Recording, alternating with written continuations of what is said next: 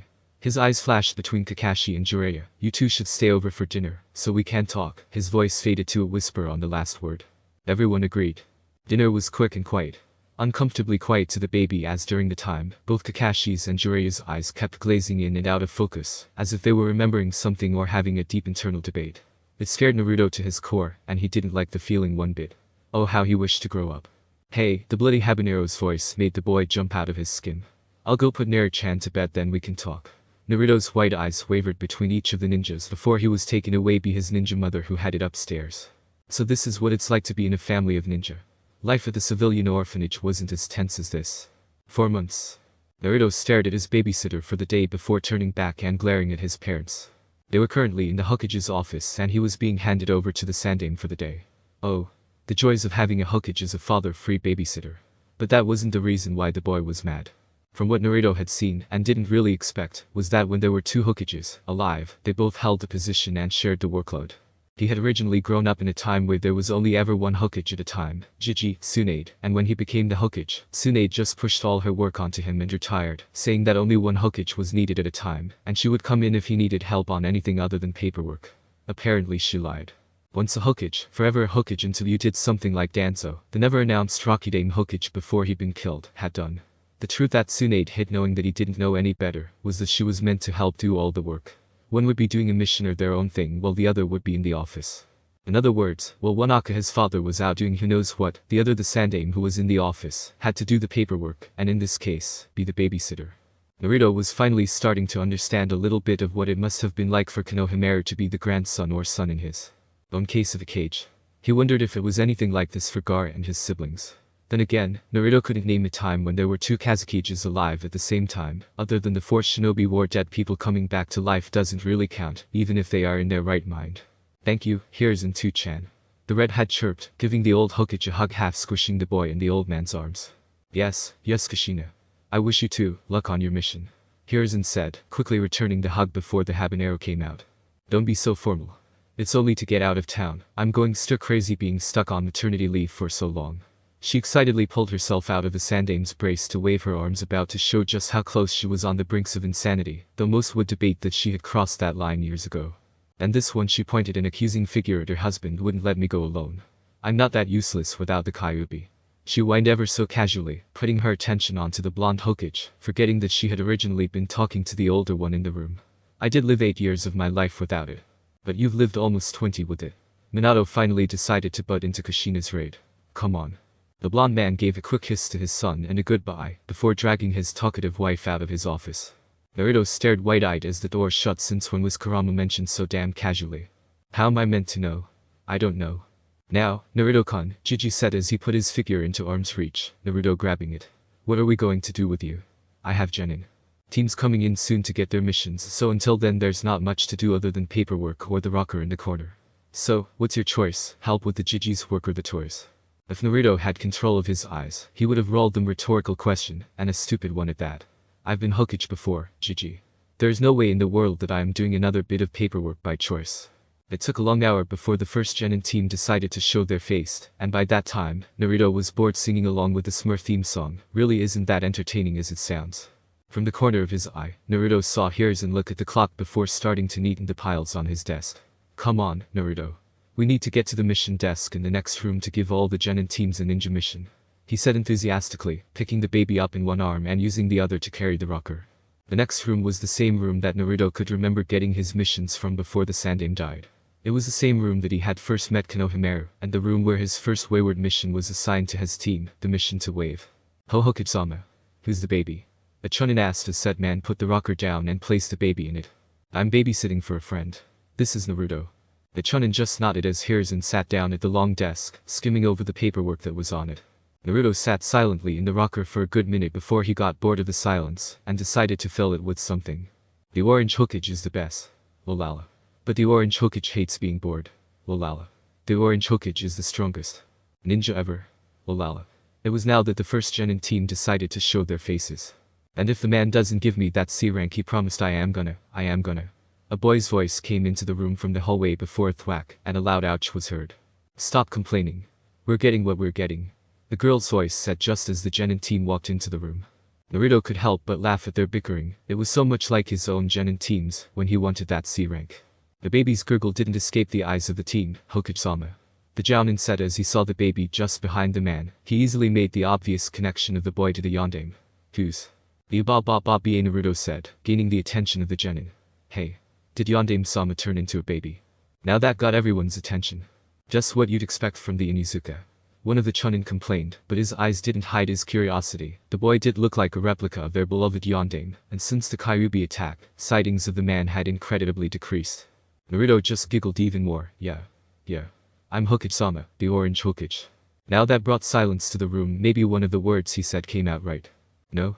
The Inuzuka genin yelled dramatically, not Yondaime-sama. Thwack. Ouch. What was that for? The dog boy rubbed his throbbing head as he carefully eyed his female teammate.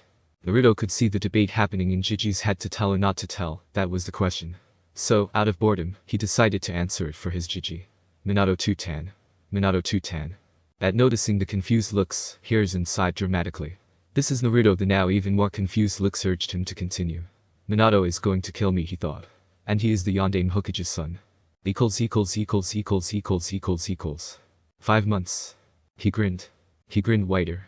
He grinned even whiter. He started chuckling. He started giggling. He started laughing. He started howling. What's with your son, Hokage-sama? Now that look from the other baby in the room made Naruto laugh even harder. I have no idea, Fugaku-san. It was one of those rare days where Minato decided to bring his child into work. It was one of those rare days where, instead of field work, in which the yondaime preferred, he was stuck in the office doing well the Hokage duties that the Sandaime and Godaime were always doing during Uzumaki Naruto's life. Oh, the difference it makes having two Hokages at once. At the moment, the Sandaime would either be training or out on some mission to keep up his skills. But now Naruto, having already fallen out of his rocker, was rolling on the floor in laughter. It was too much. But Durb. You trust your 5-month-old son to not hurt himself doing that? He is rather advanced at a lot of things, and I doubt I'd be able to calm him down at the moment. Namikaze Naruto was rolling on the floor in laughter inside the Hokage's office, his father's office. Namikaze Minato sat on his Hokage seat, while Uchiha Fugaku stood in front of his desk with an angry, and very talkative, baby Uchiha Sasuke in his arms. When the two came into the room, Naruto was calmly sitting in his rocker, playing with his fingers, but that was until the two babies noticed each other. The expression on Sasuke's face couldn't be recognized by the two elders, but to the blonde baby, it was easy. It was the exact expression that Naruto imagined would be on Sasuke's face if he had ever found out who the blonde's father was. Unfortunately, the revenge-stricken Uchiha was never around to find out in Naruto's past life, so now he simply found it hilarious, even if the Uchiha didn't know him yet. The elder Uchiha looked disapprovingly at the blonde baby. I would be worried if my children started doing such things. You have to learn to accept Naruto's odd behavior. Especially when you live in the same household as Kushina. Everything's simply odd. I guess it would be. Fugaku nodded his head but still looked disapprovingly at the child. If I were you, I would have chosen a different wife or at least calmed her fire down before marrying her. Minato's eyes narrowed as he retorted, if her fire wasn't so big, I doubt she would have even been a candidate as a girlfriend, let alone wife. You really should have found someone better to hold a household together and keep your genetics strong. I like my choice of wife, thank you Fugaku. The Hokage crossed his arms, at least I chose who I was going to marry, unlike you. Chen, your bloodline's going to weaken. I know that it will not. Now you can start on explaining why you are here, or did you only come to disrespect my wife? The man's color intent rose far beyond what he would usually do in the presence of a child, shutting Sasuke's constant cries of but it did nothing to the laughing Naruto on the ground. Of course not. I'm surprised that your son is still laughing while mine is already trembling at the amount of color intent you're letting out. The intent suddenly stopped. What did you want? Cause the longer you're here, the more we will just get on each other's nerves. Bei-chan. I wanted to know the truth about the Kyuubi attack. Wasn't Uchiha behind it? Naruto froze, his laughter stopping immediately. Yes. Uchiha Ibito was behind it. It's Ibito's fault. Both fathers turned their heads to face the child who was on his stomach, pushing his body up with his arms. Did he just try to answer my question with baby talk? Minato just shook his head, Kushina, and I have no idea what he tries to say. The truth is that there was an Uchiha who managed to free the Kyuubi from its Jinchuriki and summoned it to Konoha. I fought with him. Who was it? I will order his execution if we can prove it. I do not want fingers pointing at the whole clan, it will bring trouble. What off trouble? The dark-haired boy yelled. It will make Sasuke go evil. Naruto yelled, much louder than Sasuke, though nothing came out understandable like it did for the latter. Uchiha Madara or someone in the likewise, not anyone affiliated with the clan, probably someone who got their hands on a Sharingan during the war. Minato explained, the clan will not be blamed. Yahi? Sasuke screamed. Talking about the boys, Sasuke-chan can talk. How old is he now? Fugaku puffed out his chest with pride. He's only 8 months old and is already showing signs of being a genius, just like Itachi. He is not perfect with pronunciation, but he can already to say full sentences and knows what he is saying. Minato nodded his head. How's Naruto-kun going? His first tooth started showing 2 weeks ago, now we can already see 3 more coming thought. He even knew how to open a door just by watching us before he was even 2 months old. And his speech. He's been baby talking since he was 3 weeks old. Chan, that's impressive. Children usually don't start baby talking until around 6 months. Sasuke started at 4.5 months. Hey, how about you and Makoto come over this weekend and the children can play? What did you think? I'll have to get back to you. Alright. Fugaku bowed once before shining out of the room, leaving the two Namikazes alone. Lifting himself off his seat, Minato kneeled down to be as close to the level of his son as he physically could. I have no idea with you, you know. Curiosity leapt into the baby's eyes. You bring such a fuss with all my subordinates that sometimes I just wish the Kushina had enough patience to stay on maternity leave for another year. But no, she just had to run off and force me into letting her do some D-rank missions around town, leaving me to babysit. You talk too much, Tan. But thanks for inviting Sasuke over. If I befriend him now, it will be easier to save him later. Naruto cried, I need to get ready, now let's start with trying to sit up. Minato smiled as Naruto pushed himself higher in his mini push-up, now attempting to sit. I've been wondering when you try to sit up. There's no other way that you could have stood that killing intent that even Fugaku got tense, Naruto. Or should I say, Kyuubi. Notes. Whisker marks. Naruto was born with his whisker marks at his canon. It annoys me in fan fiction when people get rid of them. Naruto is not Naruto without his whiskers in my opinion. Shiki Fuin, someone commented in one of the reviews, and I was meant to post this as the previous chapter, but I forgot. The only difference in canon and before Naruto started mucking up the timeline is at what point in time this seal was performed. Canon Minato performed the seal, and Kyuubi tried to kill Naruto in revenge. That's where the two parents got stabbed on his claw. They start. Minato starts the hand signs for the seal, and Kyuubi realizes what it is, and tries to stop him by aiming for Naruto. If Naruto didn't time travel, the same outcome would have happened. Minato would have finished the seal and performed it while he and Kushina were stabbed on the Kyuubi's claw, then he performed the 8 trigram seal. Fortunately for the two, Kurama paused and was sealed, and their lives were spared. Next chapter is going to be a 3-year time skip, so if you would like to see some more of baby Naruto, PM me or review an idea you would like me to write up and post before I post chapter 4. Oh? Late update. I hate long and so I'll make this quick. The late update is because our town raised money for our family to go on a 3-week holiday. Mum's got cancer and that's why I haven't updated, we only got back less than a week ago. Review replies, sorry for not replying to more of the reviews, I read all of them, and they encouraged me to write. I'm trying to find the time to reply, but if I can't, don't take it personally, I love you all. Look. Reviews. 28. Follows. 69. Favorites. 42. Communities. 3. Views. 2145. As of 3/6/2013, right before this chapter was put up. That's a lot of numbers. Let's keep this up. Boo. Word count. This chapter. 5,625. Total. 21,363. Chapter 4. Boo. Guess who I am? Kurama. Naruto ran through the sewers until he reached his destination. In his outside body, he was a crazy toddler who was constantly begging his parents to let him start training to become a ninja, but in his mindscape, he was still the same 18-year-old young man that was almost killed 3 years ago, 15 years into the future. Yes, little boy. I'm not little. You act like it. You're an idiot. No more bastard. Ka-chan doesn't let me use that word yet. See, you're a little boy. No, I'm not. The Kyuubi rolled his eyes, ignoring his comment. I thought I told you that you need to start training again. This seal is not going to last until you become a proper ninja again. Naruto cursed under his breath. I can't. 2chan won't let me out of his sight. You just have to make do then. The Yondame's seal will only last a few more years, and that is without my resistance. About that, I've been wondering why you've been so cooperative. The young man rolled his eyes when he got no reply, but the ginormous beast had a point. If he didn't stop playing around and started training soon, the 8-trigram seal would disintegrate before he got strong enough again to use the Sage of Six Paths seal again. If that was your only question, then you can leave and find a way to start training up your physical body again. Naruto rolled his eyes once again. The beast always avoided answering that question. See you later then. With a wave to his demon, he vanished from the sewer. Kurama cursed as soon as Naruto left his earshot. Hurry boy, I can't keep this gate closed forever. The genjutsu around the 8-trigram seal dissolved itself to reveal the gates being held closed by 2 of his tails, and a corroded white piece of paper that once locked him inside the cage. The 3-year-old Nemesis Naruto opened his eyes only to see darkness. He quietly rolled onto his stomach and pressed a button on the clock on this bedside table, lightening it up so that he could see the time. 11:56 p.m. Good. I hope Ka-chan and 2chan are asleep. He closed his eyes once again and focused on his other senses. He couldn't hear anything other than the leaves in the wind from the tree outside his window and the scurrying of some animal or anbu over the roof. He could tell with his still sensitive nose that his parents were in their room. Opening his eyes again, he waited for them to adjust to the darkness before slowly forcing his tired body to get up. I can't do taijutsu in here quickly, and I cannot, for the L of me, do Junutsu. Ninetsu will have to do me. He whispered to himself, ignoring his mispronounces once he was standing up in the middle of his room, light, still and staying off. Now what did Sakura-chan say about Chakamae's stuff to theory of it? I'll just do it. The boy silently walked over to the bare wall in his room and placed his foot on it. Don't make a sound.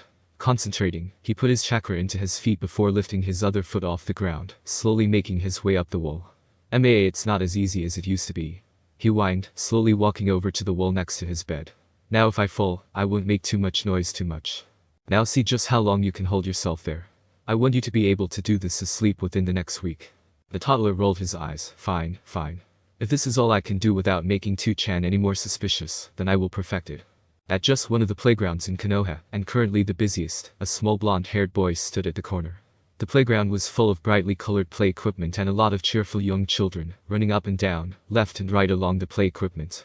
Trees surrounded the playground in an attempt to block out the joyful screams. The small blonde-haired boy that stood at the corner of the playground swallowed nervously. I can do this. He slowly walked up to a boy with short spiky brown hair, and forced himself to smile. Yosh. I'm Naruto, WAN to be friends. The other boy studied him, and for a second, the blonde-haired boy wanted to run. He's probably judging me, it's not like he knows me anymore. Naruto started overthinking the situation, his head running a million miles an hour. Yeah sure, but you have a funny name. He smiled. I'm Kiba. Hey. Yar's name funnier than mine. Naruto's finger found itself in Kiba's face. Kiba, a dog's name. And Naruto, a food. Hey. There's nothing wrong with Draymond. There's nothing wrong with dogs. We're gonna be great friends. The 3-year-old blonde had to hold back a laugh. You just don't know, Kiba, you just don't know. He grinned madly instead. It was the first time Naruto had domed to a park in his new life, and it was also the best time he had ever had at one in both his lives. His stupidity that he had so often been criticized for in his past life was finally becoming useful. He found it easy to fit in with others his age and to a point, understand their ways. There were times where he felt like he was too smart for his own good, but other times where he was outsmarted by people his own age. The play equipment turned into trees and vines, the ground into lava, and all the other children into enemy ninja. The 2 boys had to get to the other side without being seen or touched by the enemy, which, in fact, was harder than the much older of the 2 anticipated, dodging and hiding from 20 hyperactive toddlers and young children, all using the same playground, with most of them also avoiding the ground. Wasn't easy. Kiba was the first of the 2 to get to the other side, so the game quickly became competitive. Uzumaki Naruto could not think of a time that he had had so much fun. Do you know the time? Naruto looked up to where the sun was positioned in the sky. It should be about 4. New? Kiba wailed. Ka-tan said, I have to be home at 3:30. Naruto's eyes downcast. Well, that means you'll be going. I have to get home before Ka-tan and 2tan get home. Kai then. Kiba gave the blonde-haired boy a wide toothy grin, showing of his small fangs, as he jumped off the play equipment and ran off. Naruto smiled back, but he could feel that tug on his heart that he always got in his old life when he was stuck in a playground alone. I have no idea when Katan is coming home, but Tutan will be home at 5. He thought aloud as he slowly followed Kiba's example and left the playground. I think I'll do some training before Tuchan comes home. Uzumaki Naruto had been training his Namikaze Naruto 3-year-old body for a month now. He had managed a perfect wall walking. He didn't have a tree, as well as the ability to silently make enough Kage Bushin, shadow clones, to fill his room. He still hadn't found a way to practice water walking, which was what he needed to start doing next without his father finding out. Kushina was fine. She would be willing to teach the boy if he asked, but the suspicious looks the boy had been getting from his father for as long as he could remember in his new life terrified him. So Naruto wouldn't try anything too stupid. As far as the boy could tell, Kushina was currently in the middle of the C-rank mission, and Minato was doing well paperwork. With both his parents occupied, Naruto had all day to himself, something he was starting to be thankful for. He never wished so in his former life. He was presently walking down the street in need of something to do. Kiba wasn't at any of the parks, and he was getting bored training the same things every day. He could hear the sounds of the birds in the trees, not as loud as Chidori, but it was close enough. He could hear the footsteps of the tall people around him, and he could hear all their chatter. His nose, currently not focused on the smell of ramen, could pick up the sense of the anbu in the area. Well, that was until they got overpowered by the smell of flowers, as his ears zoned in on an unsuspecting pair, their voices somewhat memorized, as he heard their odd gossip. Did you hear, Nobuki-chan, Hakahiyashi's brat almost got kidnapped 2 nights ago? Naruto's head rose from the ground, and his eyes darted straight for a brown-haired, honey-eyed woman who was standing outside the Yamanaka flower shop, next to a blonde-haired, greed-eyed woman. His feet stopped so that he could stay in hearing range. No? Is Hinata-chan alright? His back stiffened. What happened to Hinata? You know her. Of course, Hinashi-chan. Hinata-chan, as quiet as she is one of Sakura's best friends. Ino is still yet to meet Sakura-chan. I wish she'd just leave that Omigaki alone. She's a really bad influence on my baby. Hey. That's Sakura-chan's mum, and that must be Ino's mum. But why are they talking about Hinata-chan? Naruto hid himself behind a power pole in a Hinata-like fashion, ignoring all other noises other than the 2 ladies' voices. I'm glad Sakura hasn't met that Gaki yet. She already has confidence problems. Anyway, what happened to Hinata-chan? I heard Inoichi talking. He said that some Kumonin tried to kidnap the girl. Poor thing. She woke up halfway through the kidnapping and managed to escape his hold just before Hiashi-san came to her rescue. Ino's mother, Hinashi explained. So what happened next? I don't know. That's all I could get out of Inoichi, and that was only because Hinata is Ino's age. Damn. Naruto started running, quickly getting out of hearing. Hinata got kidnapped around now. But she said it was the night of her 3rd birthday. That's another month away. The boy ran around the street corners with untrained speed, almost slipping at each one until he reached the Haka compound. His ears pulsing with the beat of his heart and his breath coming out in short puffs, he darted around the gate guard and into the front training yard. He ran like his life depended on it, not even thinking once about the consequences or what he was about to do. That was until he was lifted off the ground by the back of his collar right before he reached the veranda of the traditional building. Hey. Put me down. Hey kid, calm down. You're not allowed in here. Naruto looked up, only to see the white eyes of the gate guard.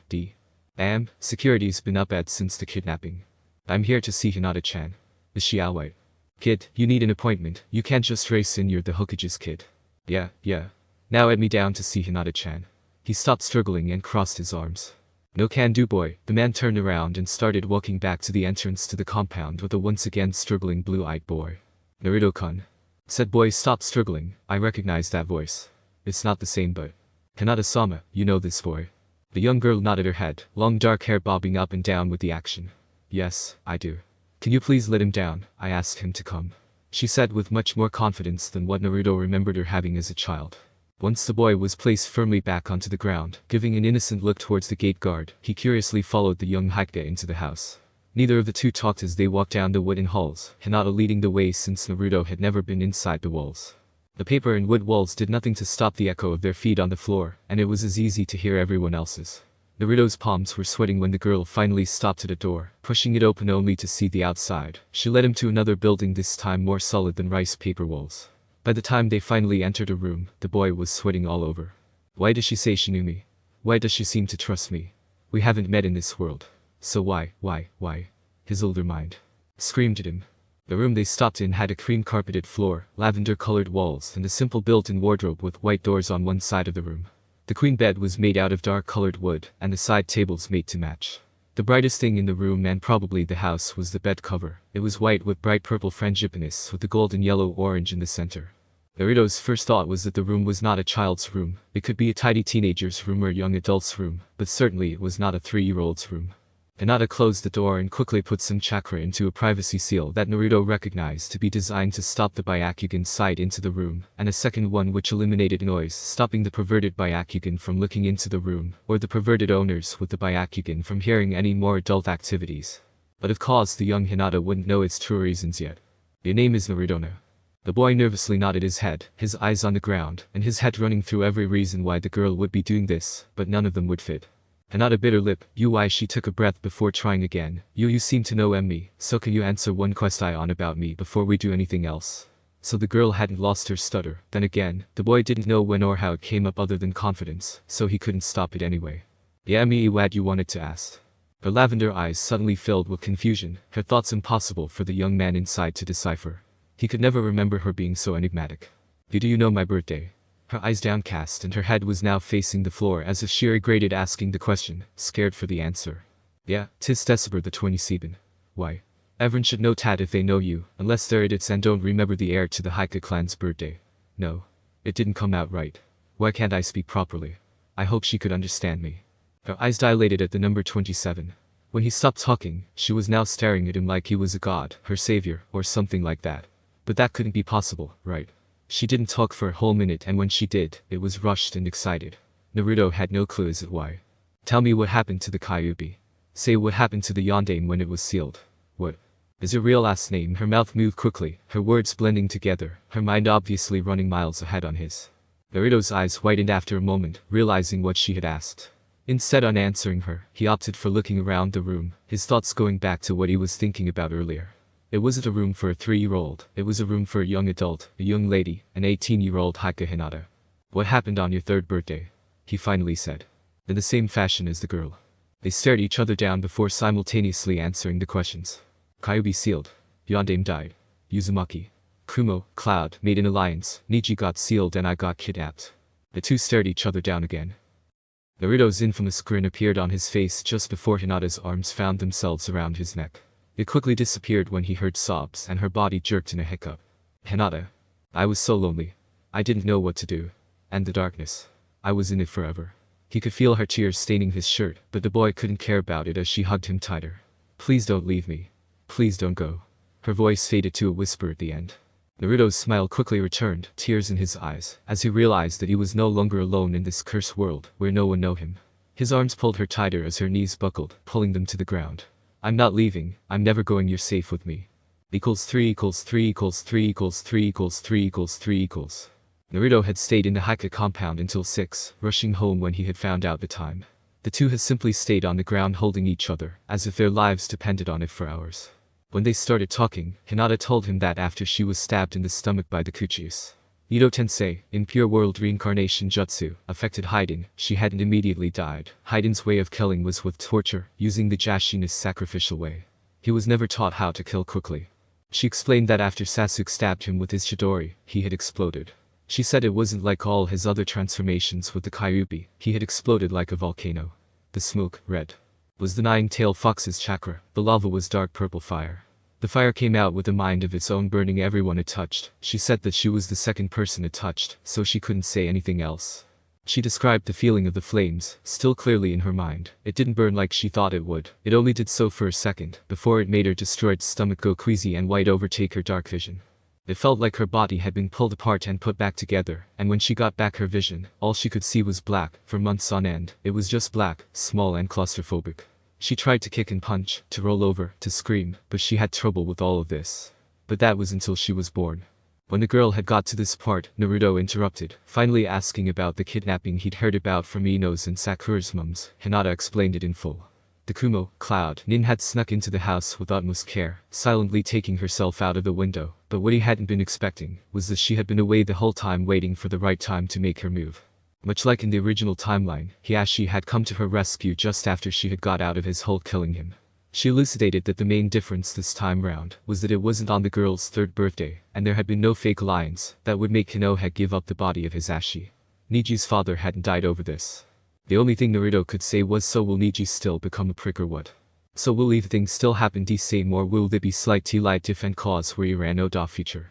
Naruto finally said, thinking back to his list of stuff to change and keep, mentally crossing off don't let Hinata get kidnapped December 27 and 3 years on the list. There was never going to be an alliance because the Yondaime is still alive. I heard they kidnapped Kushina-san when she was younger, and he was the one to rescue her. They wouldn't want to be anywhere near your Two-san when they know that they once kidnapped his wife. So will Katan and Two-tan be in a live changelings? I guess we just won't know the complete future. Things will change a lot as time goes on. That's Goi, Hinata. Before the young Hikta could continue on with her story of what had happened in her new life, a knock was heard on the door, and it opened after a second hesitation. Hinata-sama. Your friend has to go home now, it's 6 o'clock. Dinner will be served soon. Okay, Ko-san. Hinata turned back to Naruto, the two were currently sitting on her bed. I'll see you later then, just come over whenever you have spare time. We could even train if you wanted to, Naruto-kun. Okay, see ya, Hinata-tan. Naruto jumped off the bed and was led out of the compound by the Hikta named Ko, his thoughts on what Hinata said, and his regret on not being able to hug her goodbye in Ko's presence. Naruto cringed as he reached the door to his home. Damn, now I need to deal with Ka-chan and Two-chan silently. He opened the door, squeezed into the house and locked it again, sighing heavily when his parents in the kitchen made no response. They didn't hear him. Tiptoeing to the stairs, he quickly made it to his room safely. Sighing once again, he turned around. Boo! And screamed. His arms were quickly seized as he was forced into a chair. His limbs were tied up with practiced fingers around the legs and back of it. He couldn't move, and the balaclavas over the faces of the two intruders just made him scream even louder. Now the torture and interrogation begins. Mwahaha. The voice was obviously feminine, but Naruto didn't recognize it. Naruto silenced. He wasn't going to tell anyone anything. The two intruders were black, long sleeve, long pants, loose clothing and balaclavas over their heads. The female of the two had her hair tucked into her shirt, its color impossible to see. Calm down, partner. Dex male said. Her body looked rather masculine in her clothes, but her voice clearly stated her as a woman. Should we start with the torture to get it out of him or the mind games? That's a very hard decision, not the torture. They both raised their hands and wiggled their fingers, getting closer with each step. If Naruto wasn't scared to death, he would have found what they were doing quite hilarious. It was the same that adults do to scare young children, maybe before a tickle fight or in the way which the boy was taking it, which was not in a hilarious manner pedophilic. No, go away. I have nothing to hide. I don't know what my dad's affairs are nor have any blackmail from my parents. Don't touch me. His eyes scrunched up, hoping not to see what happened, hoping for nothing to happen. What the boy couldn't see though, was that at his words, the two intruders froze, eyebrows rising at each other before shrugging and continuing what they were doing before. The one with the more feminine body was the one to talk. Naruto-chan, start talking or... Never. You going down then. Tebbing. Both the intruders' fingers got closer and closer. Ka-chan, Two-chan. I don't want to be raped. I don't want to die. They touched him. Their fingers not in the places where the young man inside the boy thought they were going. Instead of his neck or privates, their fingers were at his underarms and tummy. Then they tickled. The boy jerked violently in the chair. No. Was all he voiced out before laughter took over. Now, the not-so-feminine-looking one said, stopping her tickling to talk, where were you?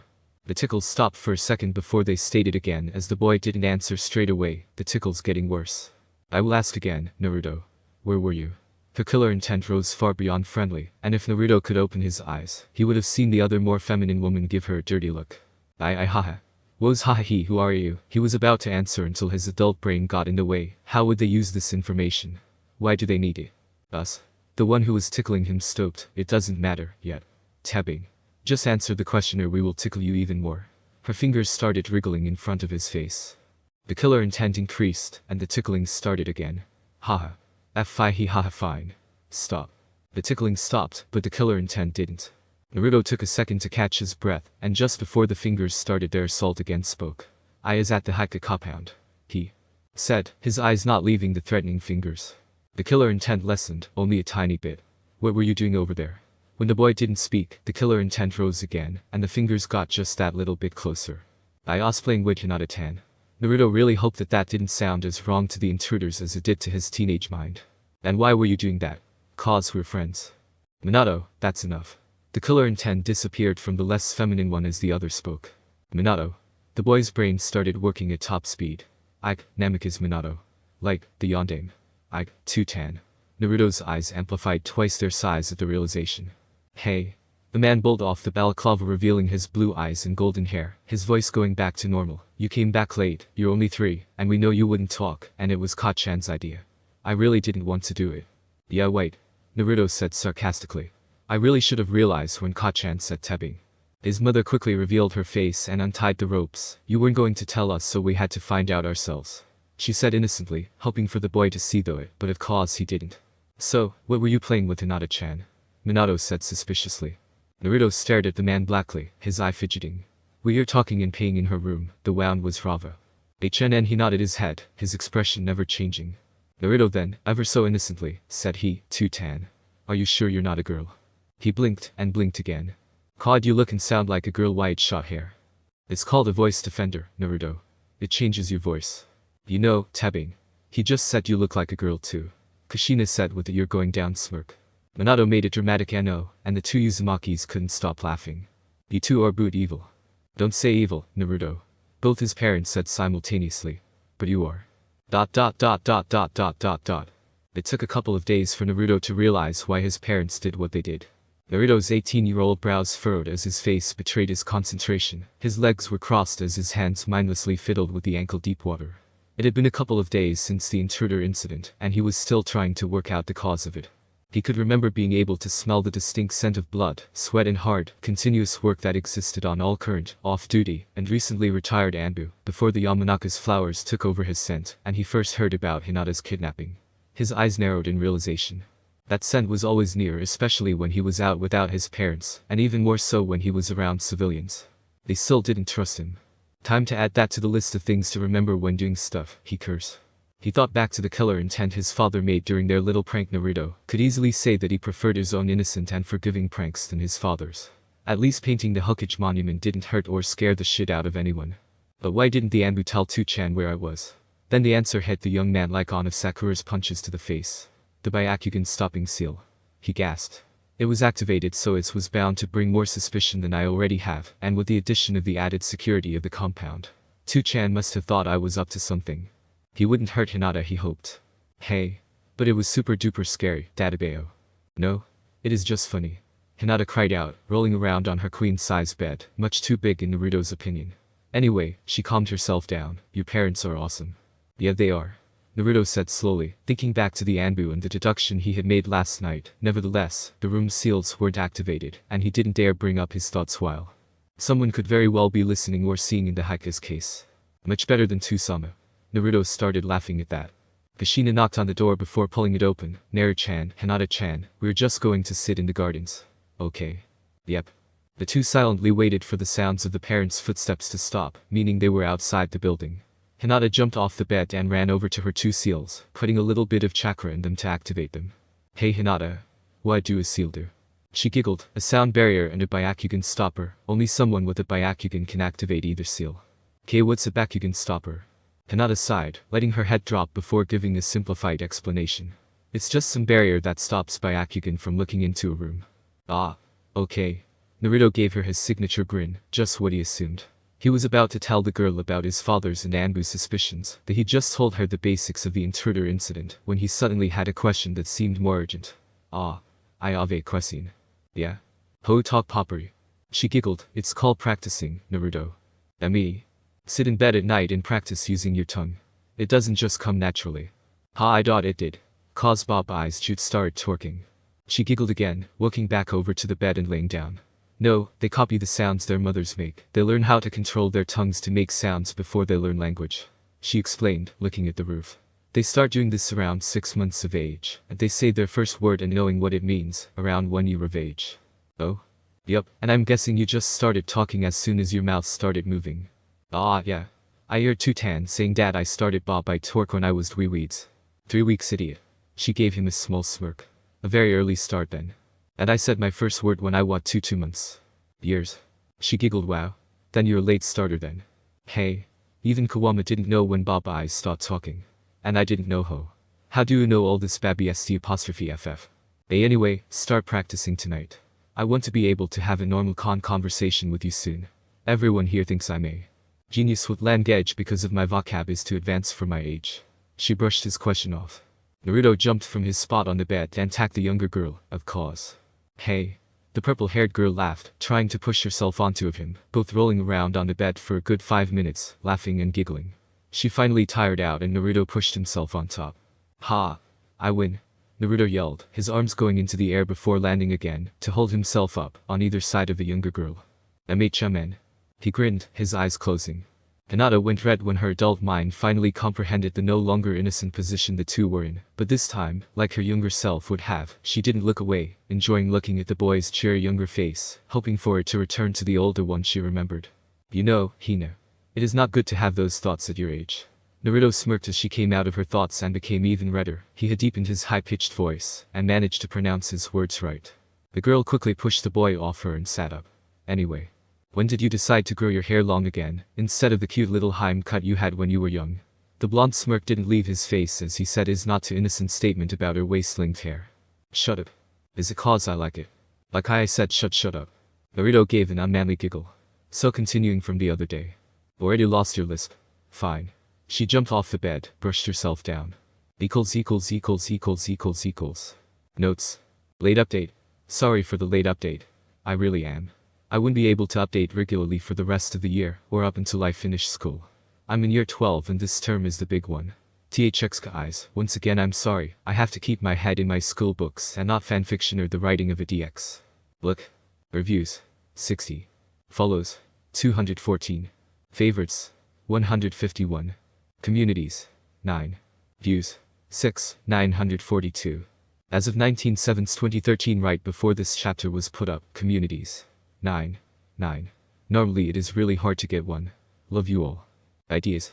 Does anyone have any ideas you'd like to see in Restart at the moment? Any fluff? Any against? Or even something you want to see when Naruto's older?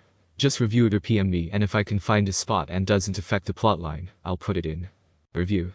Another. Word count. This chapter. 3, 866. Total. 25, 229. Beta. Sakura-koi, sorry, I don't think I've put this in for a while. Sakura-koi has been beta-ing for me since chapter 2. Chapter 5 another. Already lost your lisp? Fine. Hinata jumped off the bed and brushed herself down. She silently poked her head out of the window and eyed the surrounding gardens. Taking a deep breath of the scent of flowers, she gently closed the window frame. Now it's completely sound and Byakugan-proof. Naruto nodded in acknowledgement. They can see through the window even with the seal active, as long as the Byakugan isn't activated. The young girl explained. "K." The boy said slowly, attempting to keep his pronunciation intact. "I'm almost certain that Tutan and Katan did that prank because the Anbu told them about your Byakugan stopping seal." Really, Hinata cried out in shock as she jumped back onto her bed. "But every bedroom and bathroom has them, and we are all taught how to use them as soon as we first activate our Jujutsu. Why would? Cause we don't know each other." Naruto slowly finished for her. "I think they are suspicious of me." "Do they have reason to?" Hinata questioned, her brows furrowed as she did so. Naruto couldn't find an answer to that question. He hadn't done anything wrong, and he couldn't think of anything he had done that was suspicious. "No less was I caught while walking or training with my Kage Bushin, shadow clones." An eerie silence befell the room. Naruto gave a sudden unmanly giggle. "So continuing from yesterday." She jumped off the bed and brushed herself down. "Well, for starters Naruto, officially, my birthday is December 19, I was born 8 days early." "Eh?" Naruto, his parents' suspicions gone from his mind, was on his feet in seconds. "How? What? Why?" Hinata meekly shrugged. "I just did. We don't understand much of what is going on, but we're just dealing with whatever ends up coming our way." The blonde grinned, Databeo. She let out a giggle, like how my clan thinks I'm a prodigy. His eyes bulged out. "What? Please don't tell me you're going to end up like an Adeniji." This time, the girl let out a laugh. "I know they think I'm a prodigy because I'm so far ahead of where I'm supposed to be." With his uncomprehending look, she went on, "I'm still no good at the Chiken style, but look at my room, I can't hide my older personality." Hinata couldn't help but start subtly bragging about her family's faces when she was shown something, and was able to do it with the first go. "So what's it like to be the son of the Hokage?" she finally said with a grin on her face once she was finished explaining the multiple hilarious faces she has been given. The giggling Naruto then started with his explanation of what the Kyuubi had told him when he first found himself in his newborn body on the night of his birth, his now alive parents, the suspicious Hokage, his friendship with Sasuke. The list went on, and had only just finished when his parents knocked on the door to bring him home. It had only took 2 weeks for Naruto to master the usage of his tongue. It was much more comfortable to talk properly again. All he had to do was to get his young tongue used to the movements. It also took just as long to be able to play another word for have a meeting to talk about the future with Hinata again. Since Hinata wasn't even 3 yet, she was never let out of sight by the Hike named Ko, other than when in the house or with her father or mother. The attempted kidnapping didn't help one bit in the case. Currently, Namikaze Naruto and Uchiha Sasuke were running laps around a playground in the middle of Konoha, with Sasuke easily winning. Slow down, Super Sasuke. Although Naruto had lost his lisp, this was the one thing he kept. Why call Sasuke, Sasuke, when you can call him Sasuke? The blonde toddler ignored the chuckle that he heard from his father sitting on the park bench supervising the two. Speed up, Raymond man. We must catch Itachi. Sasuke yelled over the loud screams of the other children in the park. Naruto still couldn't define what that hidden emotion that was always in the older boy's voice was, but he knew that something was there. After another 2 minutes of passing and dodging other children, the blonde fell on the ground with his breaths coming out in short puffs. We really need to get you trained up, Naruto. Even I can sprint for 3 minutes, and that was only a jog for 6. Sasuke said, towering over the fallen blonde, earning a roll of the eyes from the younger. Have you even done any endurance training yet? Do you even want to become a shinobi? Cause if you don't, you'll never be able to catch a Nikki. M2tan doesn't like me training, he says I'm too young. I don't think so. Naruto puffed out, dragging his painfully childish and unfit body to his feet. I really need to start training if I want to become good, Dadabeo. Anyways, why are we always chasing Itachi? Naruto didn't notice Sasuke's hesitation. Cause we always do. We must get better than him. Naruto didn't disagree. Unlike Sasuke's innocent thoughts, his were on stopping the Uchiha massacre. Yes, we will. Dadabeo. The two had never given their reasons for wanting to better the older Uchiha, but as long as they had known each other, this had always been their goal. Hey, do you want to come over tomorrow and we can do some training? Sasuke asked as the two walked back towards play equipment and managed to snag one of the overly large swings each, as another pair of older children jumped off. Sorry, Sasuke. Can't. I'm hanging out with Hinata-tan. Hakka Hinata. Isn't she the quiet Hakka? Why are you going out with her? The blonde had to hold his tongue from saying that she had gotten over her quietness, and stuttering this young Hinata never had the problem. Yeah, that Hinata. She's not quite what you think she was. Chen. Hey. I'll see if we could both come over to your place. You like Hinata-tan, she's really nice, Dadabeo, and she likes training too. Naruto grinned, earning a typical raised eyebrow from Sasuke. Okay. At any rate, evil Iniki is going to get away, Raymond man. We must go catch him. Sasuke dragged the Hokage's son from the swing and back to their circuit around the playground. Hurry up.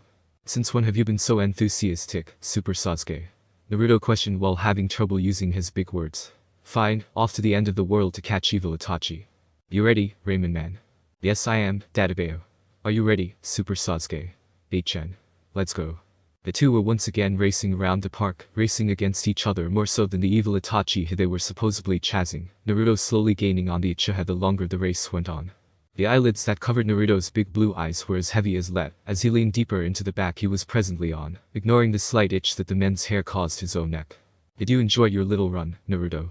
The man finally asked as they left the playground that Naruto and Sasuke had been running around for hours at the end of day. Naruto mumbled into the back, his arms tightening around the man's neck. Is it a yes or no? Naruto focused his eyes at the blonde strand of his father's hair that was tickling his nose, and resisted the urge to scratch at it. MN2tan, why don't you ever let me play alone? You only let me play with Hinata at her place without someone watching. Do I? I should make sure that I send someone in to watch you there as well then. Minato smiled as he walked down the main market street, doing his best to not stand out because it was his Hokage day off, although he did give a smile whenever a villager recognized him. Then Naruto shook his head into the crook of his father's neck. Everyone else is allowed out to play on their own. Minato was hesitant to answer, that's because you're different, Naruto.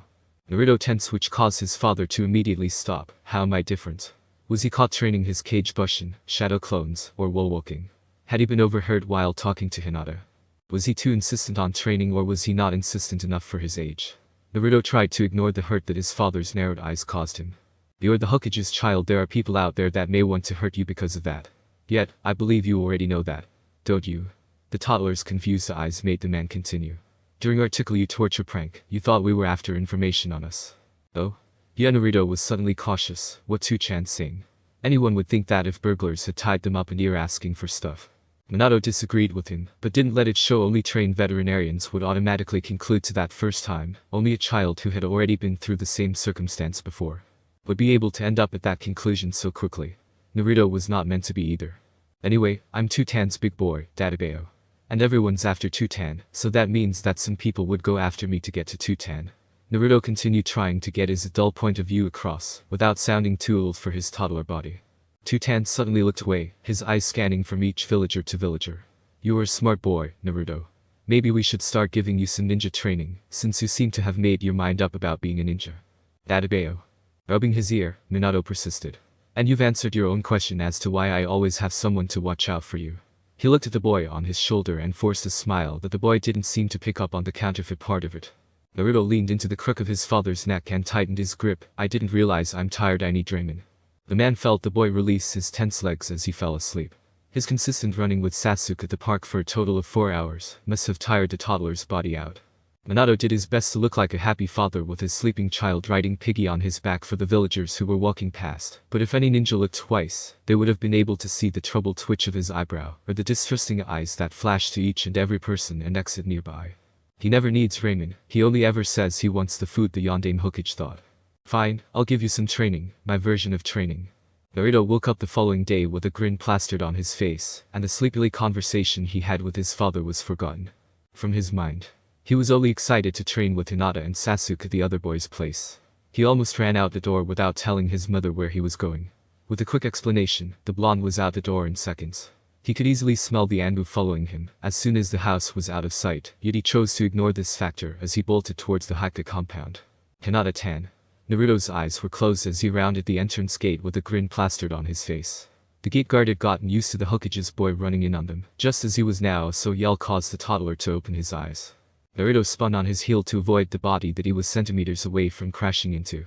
His legs twisted up, so he used his momentum to do a handstand with his weak arms. He turned into a roll before jumping back to his feet.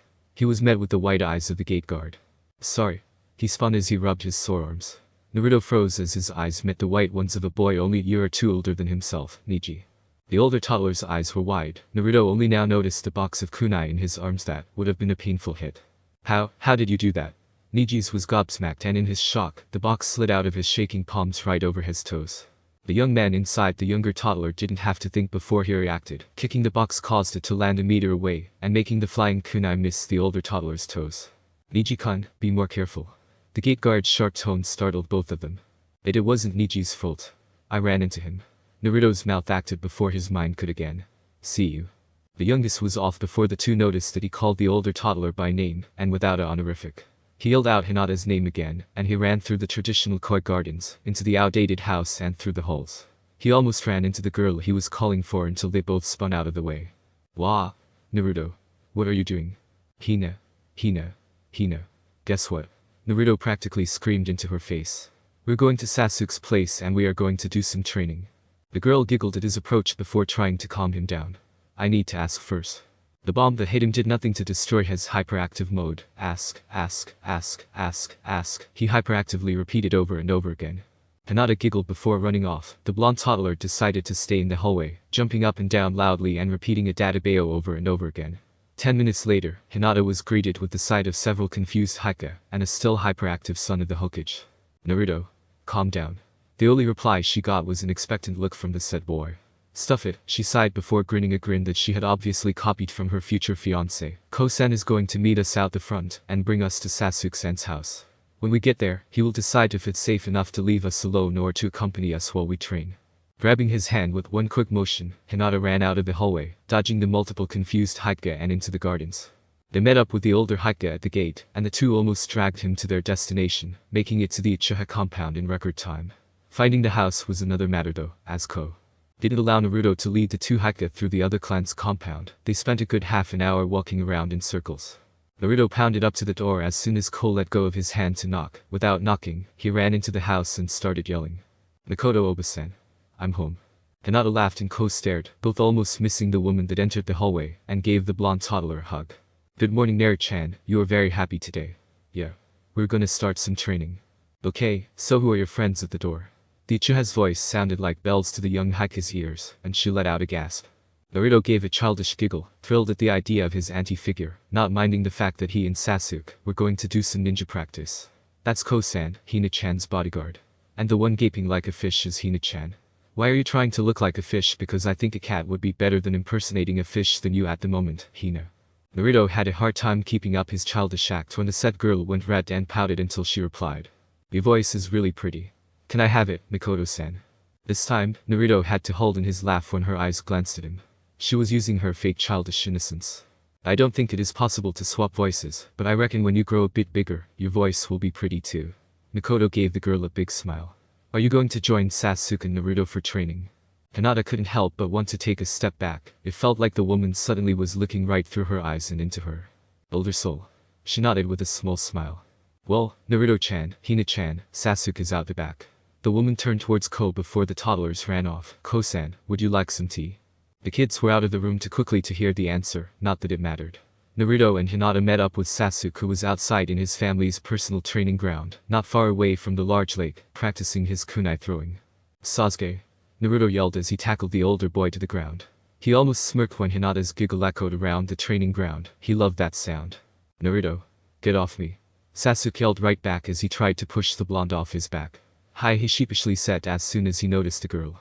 As soon as both boys were up and introductions were over, Sasuke started the other two on a warm-up session of stretches, push-ups, sit-ups and crutches, before he called over Itachi to help them with simple taijutsu stances, and eventually kunai throwing lessons, when the short attention spans of the toddlers got the better of them.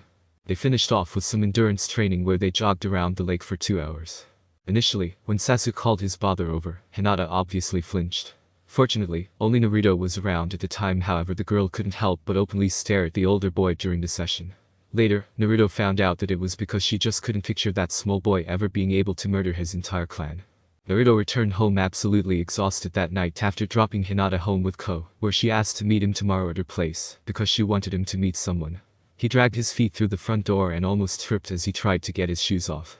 Kushina, who was in the kitchen as she heard her son come through the door, washed her hands and came out only to see one little shoe in the shoe port and another down the hallway, and a mop of blonde passed out on the closest couch in the lounge room. A smile adorned her face as she carefully picked the boy up and put him to bed after using a damp cloth to attempt to clean some sweat off his little body and check for injuries.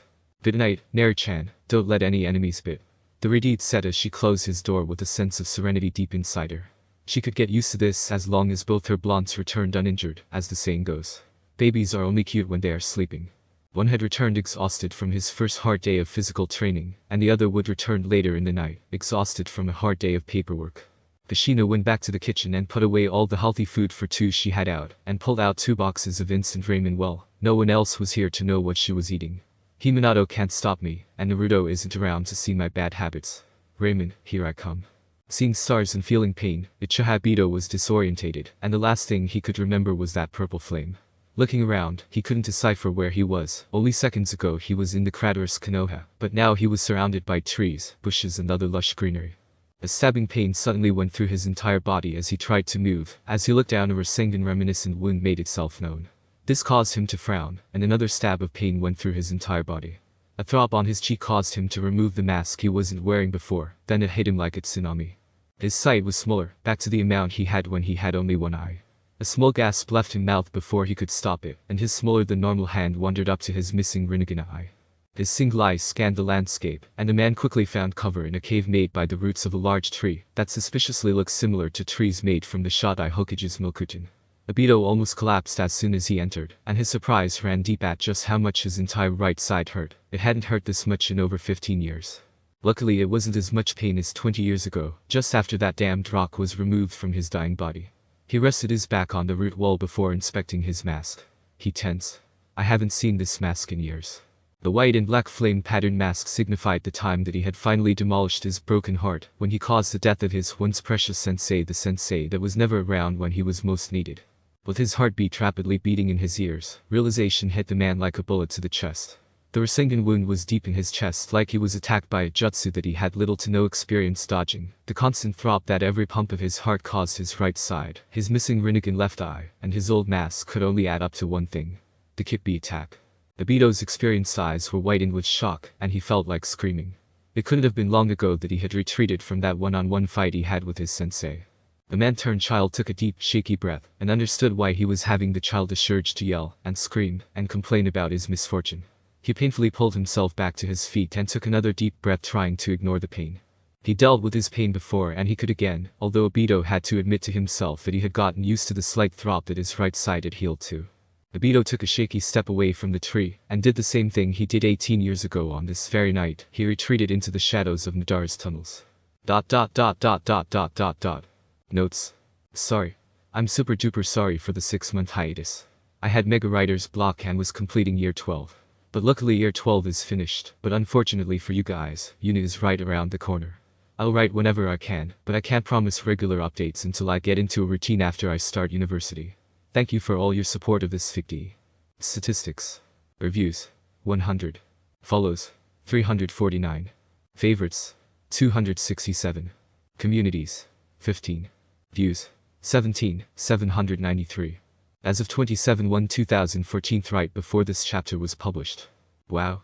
40 reviews since last update. Thank you to everyone who has been keeping up with this story. Love you all.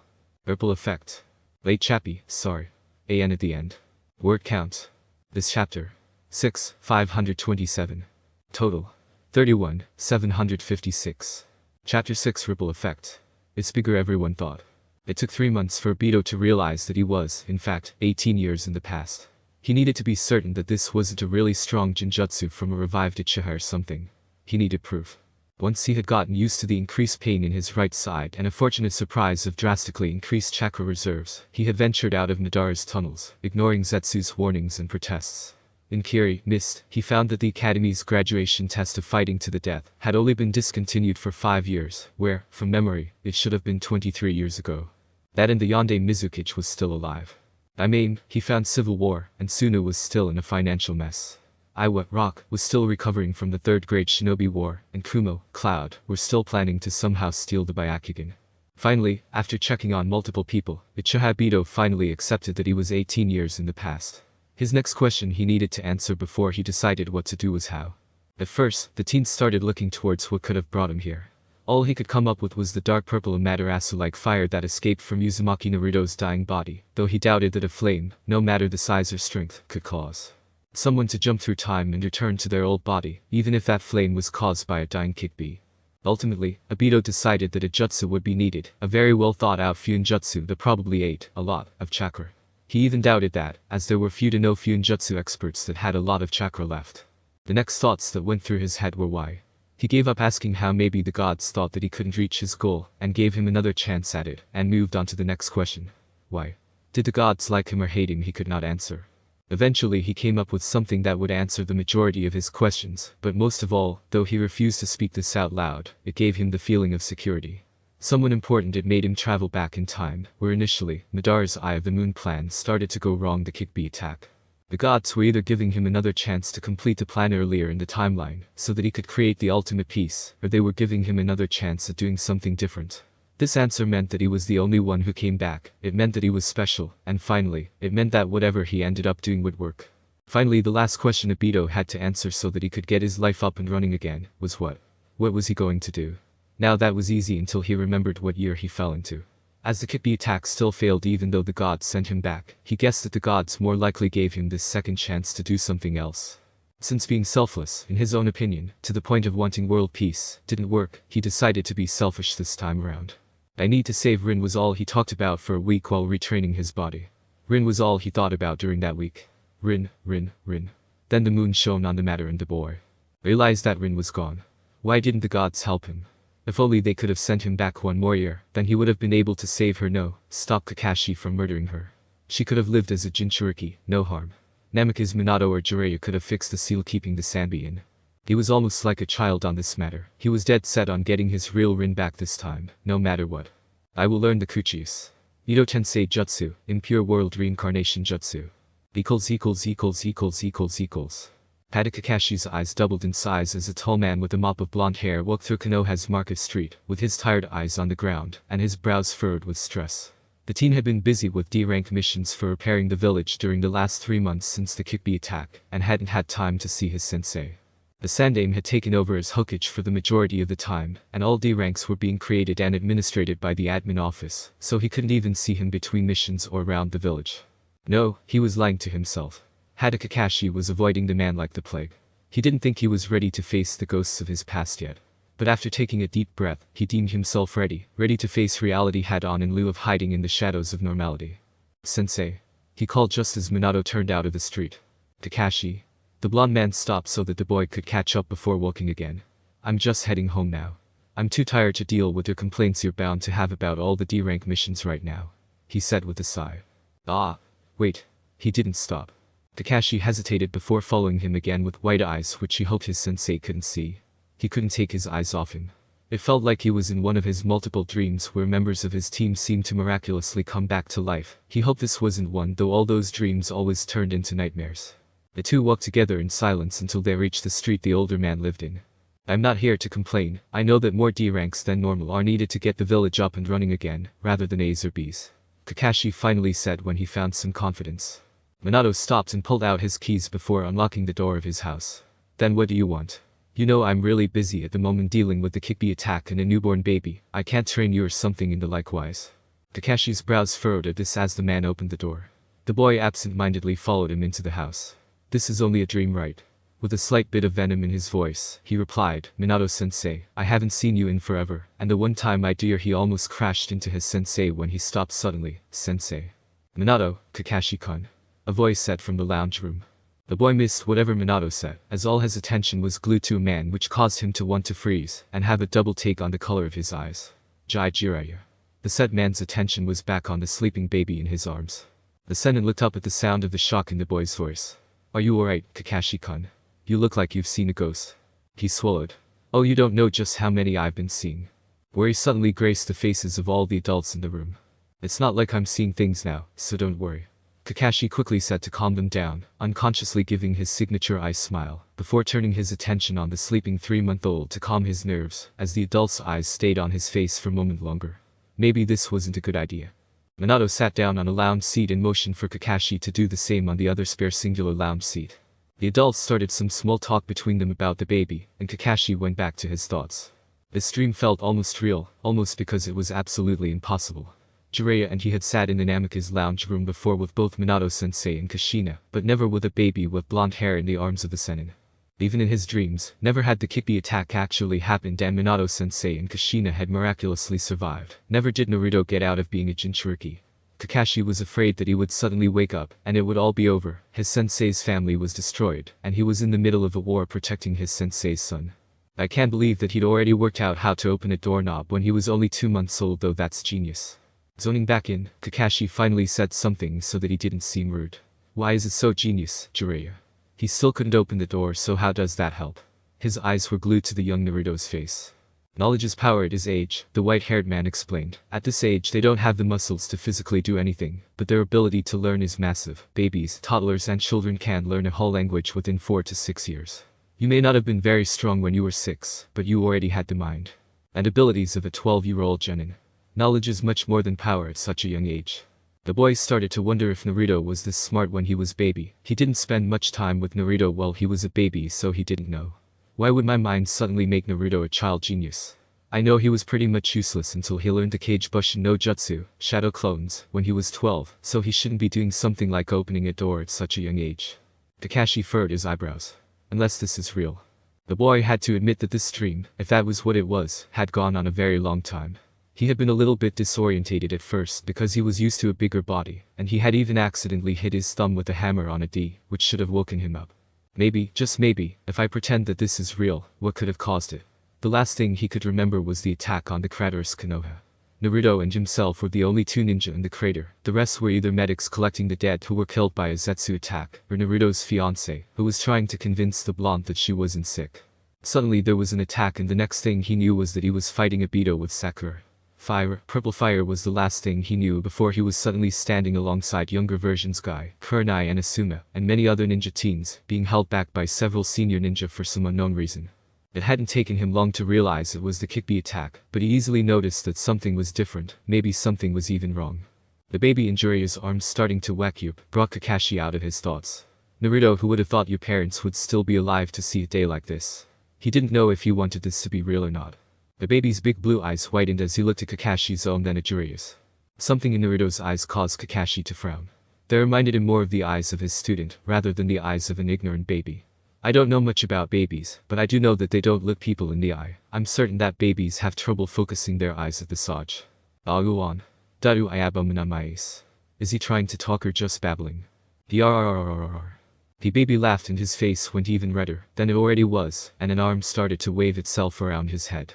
Amudiria anjai ayao. The baby's tummy growled again, and everyone stayed silent, waiting to see what the baby would do. I'll buy arm.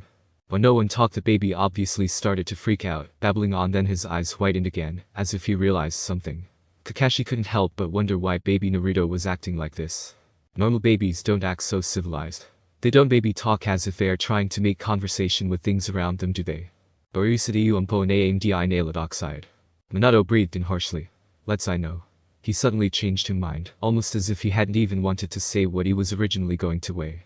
His eyes flashed between Kakashi and Jiraiya. You two should stay over for dinner, so we can't talk. His voice faded to a whisper on the last word. Everyone agreed. Dinner was quick and quiet.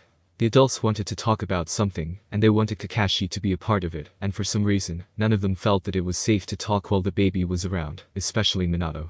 Surprisingly, Naruto stayed quiet, seemingly able to understand the mood his elders were in. As he ate, Kakashi let his thoughts wander again. I don't know if this is a dream or not, but I think I will take my chances. If this is a dream, it might just turn into a nightmare and be over quicker, rather than just waiting it out. If this is real though. Hey, Kushina's voice echoed through the silent kitchen. I'll go put Naru-chan to bed, then we can talk. She took the baby quickly out of the room and returned 15 minutes later, while Minato and Jiraiya were making some small talk. Back, the Redeed announced as she came in, do we want to sit in the lounge room? Can we go to the study? I need to put up a barrier seal up because I have something important to tell you, Hokage-sama. Kushina and Kakashi-kan can sit in. Jiraiya said before anyone else could reply. Minato's eyes whitened before he led them all upstairs to his office. The air was tense as he shut the door and activated a seal. This will muffle our voices and blur our image even to Haka's Byakugan. Jiraiya nodded in acknowledgement. The office room was fairly small compared to the fact that it was the private office of the Hokage. With a desk in the middle of the room, shelves and drawers on either side and a display cupboard on the back wall, there was barely enough room for all four of them to move around. This is a double S-rank secret that, at the moment, you must protect with your lives. Jiraiya said with absolute seriousness. I have information that cannot get into the wrong hands, and I can't deal with it myself. I don't remember anything like this ever happening, not a word will leave my mouth. Kakashi said when both Minato's and Jiraiya's eyes flickered towards him. With a nod from the other two adults, Jiraiya continued. Minato, Kushina, you two were meant to die on the night of the Kickbee attack. The set two tensed. No, you two did die. This time their eyes whitened. What are you talk? Minato, let me finish, otherwise you will have more questions than I can answer. Jiraiya interrupted, and then looked out the window before continuing. Minato, you used the Shikifuan to seal half of Kickbee's chakra, then you sealed the other half into Naruto, making him the Nine-Tails Jinchuriki. Both of you died due to a stab wound from the Kickbee's claw. Kakashi's eyes were wide with disbelief, whilst Minato's and Kushina's were narrowed with confusion. But we're still alive. Kushina said tentatively. Minato, you are the space-time jutsu expert. Do you believe that time travel could be possible 16 years into the future? Minato was hesitant to answer. Are you trying to say that you're from the future? Why do you say 16 years? All three adults had their eyes immediately on the boy. Kakashi's eyes were on the ground, then, with a new determination, they met the adults with an expression that was far beyond his age. Jiraiya, there were only 2 times you were close to death, not counting the third. The first, you caused yourself, and had to deal with Tsunade-sama's wrath. The second was while you were training the child of prophecy, and he got up to the 4th tail. Kakashi-kan, Jiraiya's only been close to death, once Kushina said with a sweat drop. Jiraiya's eyes were bulging out of his face with an almost comical effect, inevitably causing Kakashi's jaw had dropped to the ground. That means that this is real. Kakashi said in shock with an accusing finger pointed at the sage. The comment caused a raised eyebrow from Minato, and the expression of the boy and Sennin caused a silent cackle from Kushina. What are you two talking about? Minato's skeptical tone knocked the shock out of his teacher and student, and they both turned towards him with enlarged eyes. He's from the future. The two said in unison. Minato face-palmed and said that's impossible, whilst at the same time Kushina finally let out her laughter, and fell to the ground in a fit of giggles and cried out between chuckles, time travel's impossible, everyone knows that. Kakashi flashed his eyes towards Jiraiya, and found that he was doing the same, then, once again they said in harmony, that's what we thought too. Kushina suddenly took a deep breath and stood up, okay, I'm good. Why would you think that? She said with one final giggle. Kakashi raised an eyebrow. Because you both died years ago, I am your son's sensei, and I was fighting in the 4th grade Shinobi War. That, and this building still should not exist anymore. 4th grade Shinobi War. All three adults cried out in astonishment. Right at that moment, Kakashi really wished he had one of his Icha books to hide behind. I don't know what caused Jiraiya and I to travel in time, but I do know that I am 18 years in the past, and Jiraiya died 2 years ago in my timeline. What date did you come back to? Jiraiya was lost for words. The night of the Kickbee attack, Jiraiya-san. You? Same. What on earth are the two of you talking about? Kushina suddenly yelled, causing the 2 time travelers to jump. Well, Kushina-chan, by the look of it, Kakashi and I both somehow died on different dates. 2 years apart. Did you die, Kakashi? With a shrug from the boy, Jiraiya continued, and we have somehow traveled through time to the exact same date, the night of the Kickbee attack. He looked at the boy for affirmation. We don't seem to know how or why, but we can tell you what we know of the future to benefit the village, and hopefully steer the shinobi world into the right direction. Wait. Kushina was suddenly in front of the both of them and holding them by the collars. So you two aren't just being idiots and planning some stupid prank against us? She growled. Jiraiya's sweat dropped and was reminded why the woman he hadn't seen for 16 years was called the Bloody Habanero. Why would I get Minato to put up a seal, if it was only a prank? Kushina eyed her husband. Do you believe them, Mina-chan? The Hokage's eyes dangerously narrowed. Speak. The Raidi put the two down and moved so that she was standing next to the Hokage as his right-hand woman. Well. The room was silent by the time Kakashi finished putting his input in. Jiraiya was obviously gobsmacked at the escalation after his death war. So Naruto became the Rakudame Hokage, and Obito is still alive. Minato's question was rhetorical, and no one bothered to answer it. The fourth shinobi war, Minato continued his incoherent rambling. Even I didn't see that one coming. Jiraiya said with his head down, processing the information from 2 years after he had died. At least there was 17 years of peace and the shinobi alliance formed, Kushina said. That's more than the peacetime between the second and third. Kakashi couldn't help but want to roll his eyes at the Raidid, only she could still be an optimist after being told that war was on the horizon. The last war she'd been in finished just under 2 years ago. I have another question, why are Kushina and I still alive? Minato suddenly said after another moment of silence. Kakashi's and Jiraiya's eyes met before they both shrugged, and in unison said, no idea. Tell us exactly what happened on the night of the Kickbee attack. Maybe we could work out what differed from our attack at yours. Kushina's sweat dropped. I don't really remember, I was a bit out of it. Minato started his own explanation on what happened with his wife, adding anything that he missed. He said every single detail that he could think of and even put in any thoughts he was having at the time. Every couple of minutes he would pause and ask if the others had any questions, or if they wanted to know more about anything. I put Naruto into the crib in the ceiling bed while Kushina was holding the Kickbee back with her chains. My plan was to use the dead demon seal, Shikifujin, to seal half of the beast's chakra, then seal the rest into Naruto with the 8 trigram seal. The Hokage continued with his explanation. Kakashi and Jiraiya had yet to intervene or ask any questions, other than when the blonde stopped, though this time Kakashi frowned for a moment. Kushina lost control of the Kickbee while I was in the middle of the hand signs for the dead demon seal, Shikifujin, and it immediately went for the crib. The Kickbee stopped struggling for a second. I was controlling my chains and compensating for the fact he would be struggling. Due to that, he found a loophole in the technique and he managed to escape. Kushina added. We jumped in front of the claw that was aiming for Naruto. I even stoked the seal, but the beast suddenly froze. At first I thought it was going to shot out at him as soon as we were out of the way, but it never happened. After we hit the ground, the Kickbee started looking somewhat transparent, and his expression on his face changed before he disappeared, faded away, so to speak. Minato paused to let what he had just said to sink in. So what were the differences between this attack and the one from your timeline? He finally said. Not much. Kakashi said with a frown only slightly hidden by his mask and headband. The only differences from my knowledge of the Kickbee attack are right at the end. You used the dead demon seal, Shikifujin, while Kushina held the Kickbee off, then the smaller size Kickbee managed to escape the chains and attack Naruto. You two were both fatally stabbed through the middle of your torso, but you still managed to finish the 8 trigram seal before you both died. Jiraiya said with foggy eyes, obviously thinking about the memory from when Hiruzen told him what he saw on that night. Basically, the Kickbee attacking Naruto earlier in this fight is the only difference, not counting the obvious disappearing bitch. Kushina noted. Anything else, Minato? Jiraiya asked. Yeah. Naruto, Jiraiya and Kakashi made a face at this, though Kushina looked like it was old bad news. After the Kickbee disappeared and Kushina let the Sandaime into the barrier, I collected him from the ceiling bed, but he was acting funny. He was really quiet and something in his eyes had changed from only minutes before when I placed him into the cot. Minato swallowed almost like he regretted that moment. He looked broken.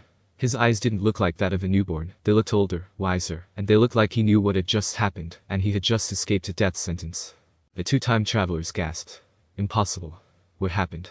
I have a hypothesis, but I need your opinions, Minato said. Kushina grimaced. She didn't want to hear what her husband was going to say. She wouldn't believe it no matter what. She turned into Minato and hid her face in his shoulder. I think the Kickbee took over his body, and that Namikaze Naruto died on the night he was born. Naruto woke up with a scowl, and his sore muscles refused to let him get out of bed. He couldn't even remember getting into bed. Once he did, he waddled down into the kitchen with loose pajama pants, a too big shirt, and his green frog hat hanging over his eye. Mon, he said as he walked into the room rubbing his eye. He heard both his parents chuckle. The man inside the toddler could help but sigh at the sight. This was what he had missed growing up. His father was at the dining table eating eggs on toast with bacon while reading the newspaper or something like that, and his mother was wearing a green apron and rinsing her own dish to put in the dishwasher. "Morning Naruto-chan, you slept in." His mother greeted him. Everything hurts.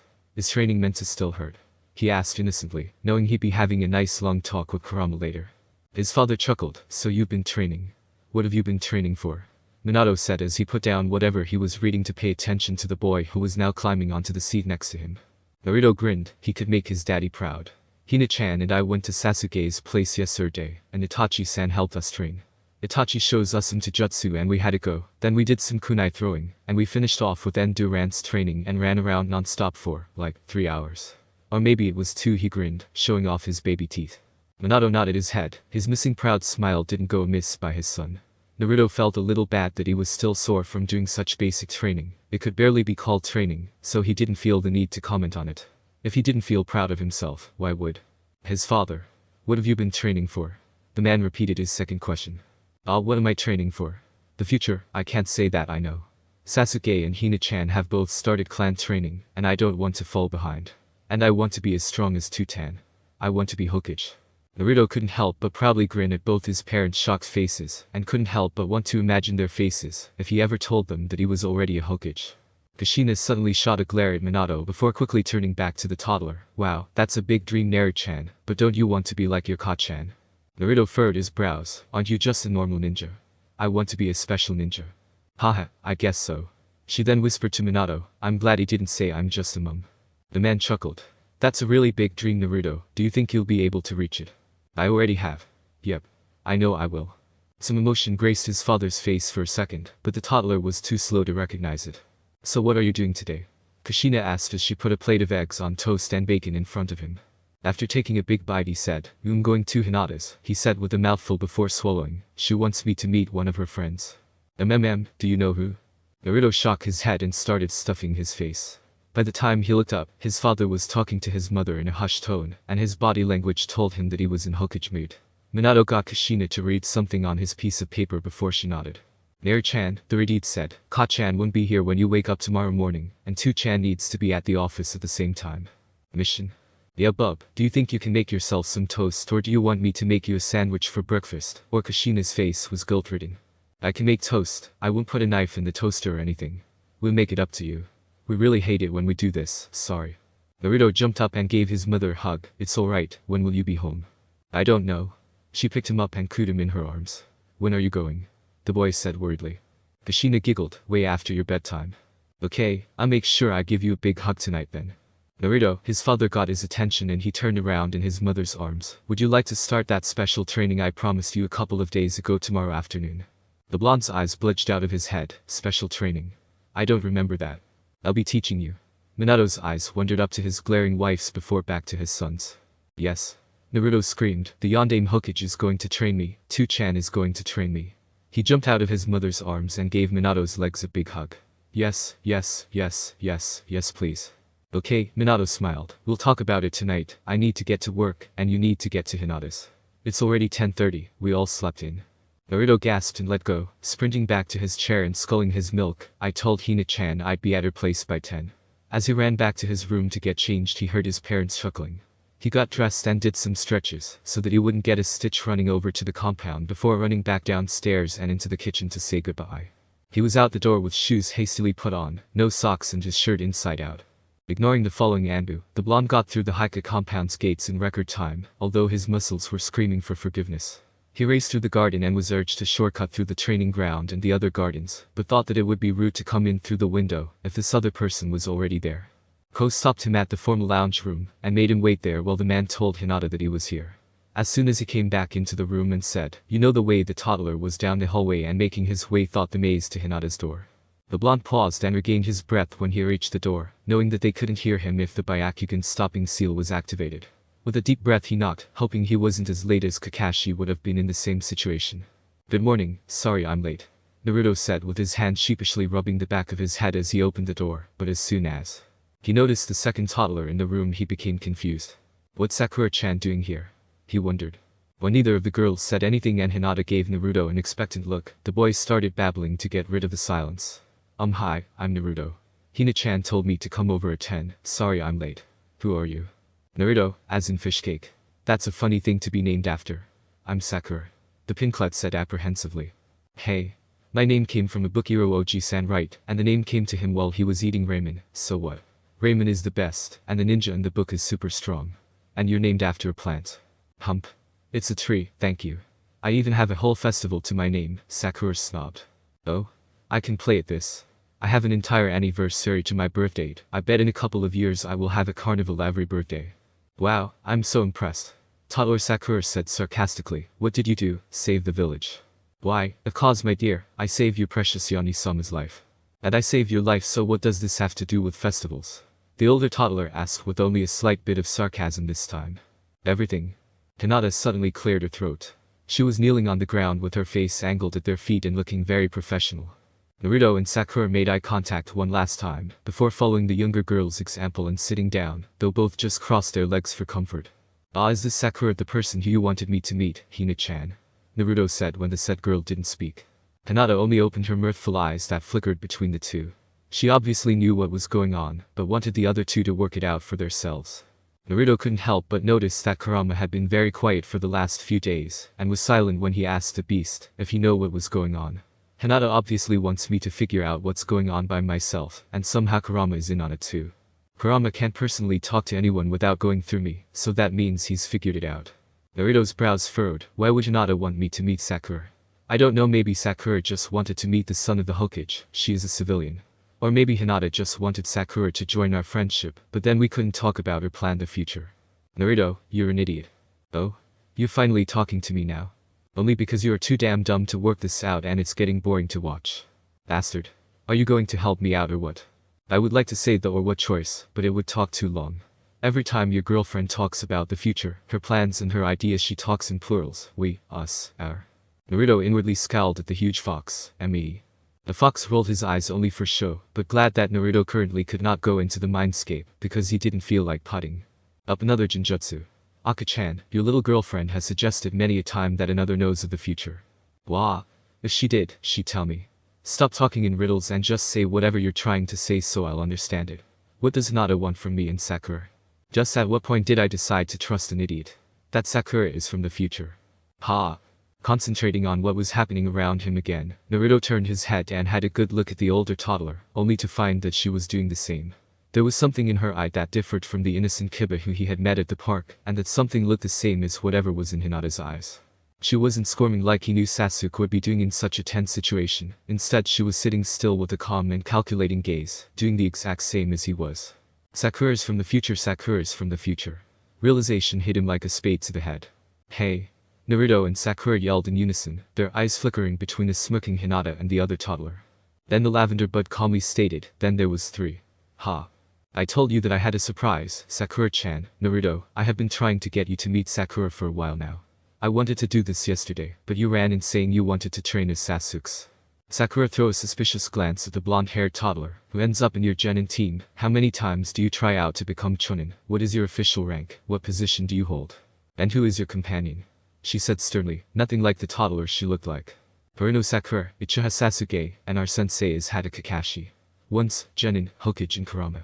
Naruto said with wide eyes before asking his own questions. What's your profession? Who is your admirer? I know what happened during the limited Tsukiyomi, and what was my name. Sakura's green eyes widened at his answers before answering her own, Medicum Rock Lee. Everyone became polar opposites, and your name was Menma. Naruto found her arms quickly around his neck, flabbergasted at her reaction, and a laugh escaped his young lips. Nice to see you again too, Sakura-chan. Pulling away, embarrassment glowing red on her cheeks, Sakura said, so, what in the world is going on? Naruto's the person you've been talking about. Sorry, I wanted to see your faces, so I didn't tell either of you about the other. The youngest in the room giggled. Sakura's eyes were mockingly wide with disbelief. So when did you two meet? Naruto asked after a pause. Well, I realized Hinata was Hinata-chan about a year and a half ago at a park. Sakura started explaining even though she wanted to know the same about Naruto and Hinata. She was talking to herself. Without stuttering and was making what was it? She turned to the other girl. It was a model of the rebuild of Konoha after Pain's attack. Yep. It was a model in the sandpit, and I came up to her asking questions about it. We realized we were both from the original timeline and yeah, we became friends and all. Naruto nodded. He was a little peeved that he hadn't gone to any playgrounds earlier. He'd already met Kiba at one of them. I met Hinata after overhearing your Ka-san and Ino's Ka-san talking about her being kidnapped, but it was too early, it wasn't the 27th yet, so I ran over here to check on her. You've probably already told Hinata, but what's been happening for you? Sakura asked. Naruto's former infamous grin appeared on his face. Let's start off with what Kurama has told me when we came back. Notes. Sorry. Late update TT.TT and I really wanted to get this chappy out ages ago. I had half of this written the day after I updated the last chapter, but then this and that happened, and I was being dragged here and there by Mum, and had to get ready for moving away. Mum and I went to Brisbane for a couple of days. She had a cancer test which thankfully came back all good, and I didn't really have the time to write, but during that time I did draw up a timeline up until the 10-year mark. It is so full, and after this chapter, you can probably guess why. I almost had this chapter finished about mid-February, but I had to move down to college, and I just haven't had the time to update. All spare time is taken up by studying and social life. I missed out on a social life during high school, so I'm not missing out on one now. I'm updating this chapter now even though my beta hasn't beta edit yet, but that's because I only just sent it to them because you guys deserve it. Sorry for the wait once again. Chapter 5 is now beta ed. I have no idea when I'll be able to write CH7, I'm meant to be studying now, so I can't start it now, but I do have holidays in April, so I might be able to get it out late April if I'm lucky. Statistics. Reviews. 125. Follows. 3441. Favorites. 330. Communities. 19. Views. 26,053. As of 15/3 2014, right before this chapter was published. Please note, you don't have to read the statistics. I just want a copy of them at different points of time after publishing the chapters because the traffic states don't do it. P.S. Did you know that blonde is specifically a girl with fair hair, and blonde is just a person with fair hair, the completion, as in race. Fair hair, fair skin, or man in particular with fair hair. Haha, I found this out because I started using both spellings, then started to wonder which was right. P. Thank you to everyone who is reading. Till next time. Shirshik signing out. Open day. Hey guys, I'm back. Thank you for everyone's reviews. I am so sorry about my little, well maybe a bit more than a little break. I started university last year and it took up all my time, although I am deferring it for the rest of the year, and hope to try and write again.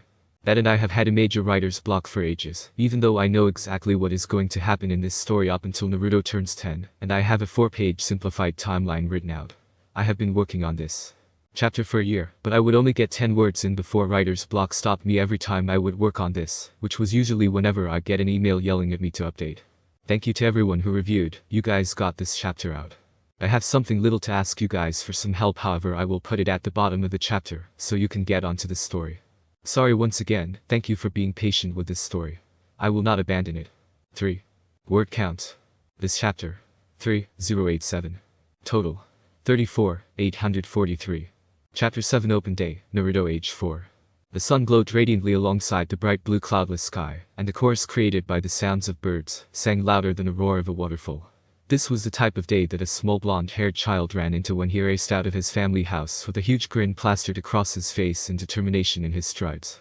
It didn't take long for the boy to run through the streets and reach his destination, while giggly replying to all the greetings he received from nearby villagers. He knocked on a front door, and a moment later another boy came running out of the house. The two disappeared from the doorstep in a flash, and met up with a pair of excited girls, followed by one set of parents. The group made their way to the most important part of the village with thrilled voices. Today was the Konoha Ninja Academy Open Day, also the first day of school for all the first-year entrees. Children of all ages were running through the school's halls with enthusiastic screams echoing throughout the building. Teachers and older students were giving guided tours to families, and festival-like attractions sprawled the playground, including a rock-climbing wall, ring toss and a bucking bull. Due to the open day excitement, there was an increased amount of activity from the Konoha Anbu and Jounin, who were focused around the academy and the village entrance gates. Hiruzen Sarutobi was currently sitting in the Hokage seat with a frantic Minato Namikaze, pacing the room with a pen and paper in his hands. Hiruzen ignored him as he handed out another village security mission to a Jounin, and an Anbu entered to report something before heading back to his post. What do you think of this? Good morning, ladies and gentlemen, friends and families, brothers and sisters, and our future protectors. Today is the day where the potential future ninja of Konoha enter the academy for the first time, and a will of fire is shining bright in their hearts. Minato Hiruzen interrupted, having already heard this part of his successor's speech 5 times already. I know, Minato winced. But it needs to be perfect, everyone is going to hear it, and it's the first time in years that a Hokage is going to be presenting the entrance ceremony. The old man chuckled. Well, you're only changing a little bit each time you read it to me. And didn't you have a month to write this? The blonde sweat dropped. Hiruzen smiled. Well, on to another topic, but it starts so soon. We are going to have a visitor at the ceremony today. Hidden by the excitement of the open day, the academy held a private entrance ceremony, much like any another school would, to introduce all the new students. Inside one of the closed-off academy training halls sat many close friends and family members of the want-to-be ninja. Chatter echoed around the room as more and more people came in. The room was set out with a stage area marked out with tape, and the floor area at the front was designated for the first-year students to sit. Chairs were set out in rows for friends and family members to sit in. Naruto became suspiciously quiet as his three friends and he entered the room and were ushered away from Sakura's parents and told to sit on the floor up the front with the other first-year children. The group went to sit next to two boys that looked to be about their age. Naruto thought he recognized the boys. "Hi, I'm Naruto. What's your names? Can we sit with you?" The two boys looked up at the standing group. One looked like a ghost with black hair, and the other looked like he should have been in a nursing home with his graying hair. The latter spoke first. "Hi. I am Shinobu, and I am gonna be the best shinobi ever." "Why is your hair gray?" The blonde suddenly burst out, only to receive a whack on the head by his pink-haired friend before the group sat down. "Sorry about him, he's an idiot. I'm Sakura." The girl smiled with her hands still on Naruto's head and her eyebrow twitching. The two boys laughed. "My quiet friend over here is Satoshi. He's a bit odd, but he's my brother, so I have to deal with him." Shinobu laughed as he wrapped his arm around his brother's neck and ruffled him up with a smirk on his lips. "You two look nothing like brothers," Sasuke butted in, stating the obvious. "I'm Sasuke, by the way." "Hinata." The said girl smiled when the two brothers looked at her. "Is it really that obvious?" Shinobu sighed. "Oh well, we are brothers now. I was adopted, we met in the orphanage." The group started to chatter amongst themselves as the room slowly filled up. Children between the ages of about 4 and 10 were sat down at the front of the room. Most of the older children were obviously from the countryside and lived away from Konoha for most of their lives, and the odd civilian. The orphans were easily told apart as they sat in large groups and wore old plain clothing. They ranged from some of the youngest children in the room to about 8. The civilians wore bright-colored clothes, and few were younger than 6. Finally, the clan children, told apart from their more confident attitudes, ranged from ages 4 to 6. The room quieted a little bit as teachers and ninjas started coming in. Naruto chuckled to himself as he rustled through his pockets. "This is going to be so good." Sakura rolled her eyes and Hinata giggled with her hand over her mouth. "We are not a part of it," they said in sync. "Can anyone see Akasen anywhere?" Shinobu suddenly said with his back towards the group and on his knees, trying to see past the front row of seated adults. He tapped Satoshi on the shoulder, but he barely moved and only scanned the adults in his eyesight. "What's she look like?"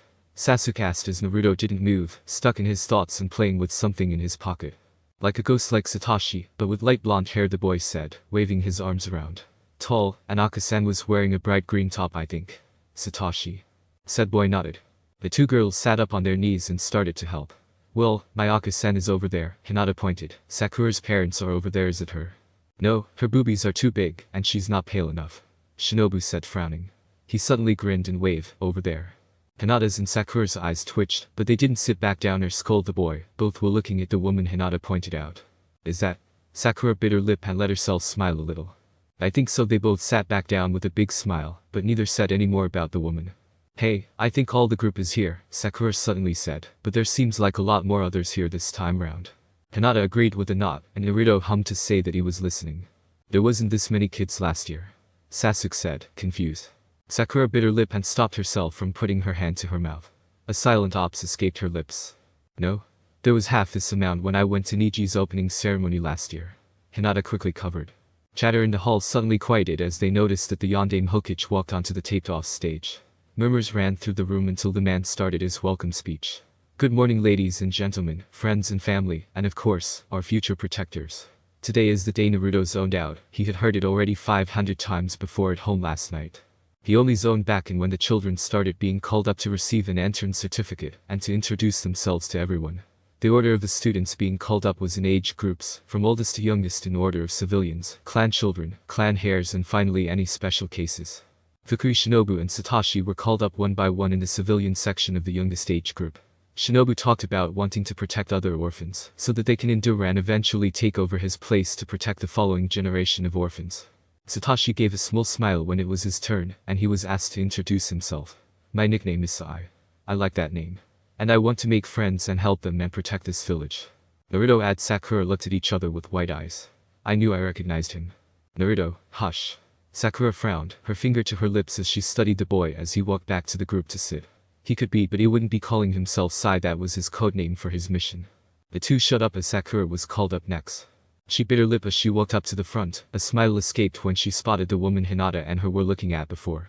Hi, I'm Sakura. I want to be a medical ninja that can heal everyone and fight up front alongside my teammates. She made eye contact with the woman in the crowd before sitting back down with a grin. It took several more people before Sasuke was called. He gulped as his name was called out. His pose was rigid as he walked out onto the stage next to the Hokage and harshly bowed after he received his certificate. His eyes roamed the hall until they met his mother's. The Hokage inconspicuously nudged him when the boy didn't react to what he said. Introduce yourself, Sasuke-kun, he whispered. The boy visibly swallowed. Hi, I'm Uchiha Sasuke. Try and say something about yourself, Minato whispered to the boy. And I will become the strongest Uchiha in all of time. He quickly marched back down to his seat with a visibly tense jaw and dry mouth. What are you scared of public speaking, Sasuke? Naruto asked with a smirk. Entre Hike Hinata, Hike clan heir, Minato called. The set dark violet-haired girl knocked Naruto on the head as she got up and waddled onto the stage, giving a formal bow once she received her piece of paper, thankful to have more experience this time than she had in her first ceremony. Good morning, I am Hike Hinata. I'm 4 years old and I want to be a ninja to protect me friends. With that she almost ran off the stage in a pale red flash to sit back down with her 3 friends. Naruto giggled at her embarrassed blush as she hid her face in his shoulder. Just me left now. His laugh turned evil and his grin into a smirk. Silly, you still have the Naru boy and the Akamichi boy first. Sasuke grabbed his wrist before the blonde started to get up. Wait till it's your turn before you do whatever you are planning. Naruto rolled his eyes, however the giggle in his voice betrayed him. What makes you think that I'm planning something? I've known you forever, I know you are going to do at least something. He didn't reply to the Uchiha, which only caused a giggle from the 2 girls, and confused looks from Shinobu and Satoshi. He eyed Shikamaru as he finished his speech on cloud watching, and Choji's on the fact that his clan was not fat. Alright, my turn. The Namikaze made an Uzumaki grin and bounded up the front with a hop in his step and a smirk overtaking his grin.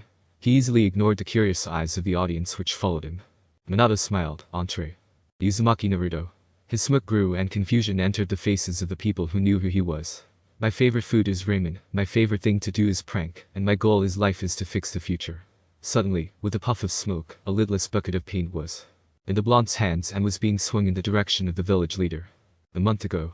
Scribbled over papers were sprawled all over the desk, the sink over the other side of the room was full of old dirty dishes, and the bin was full of old 2-minute noodle cups.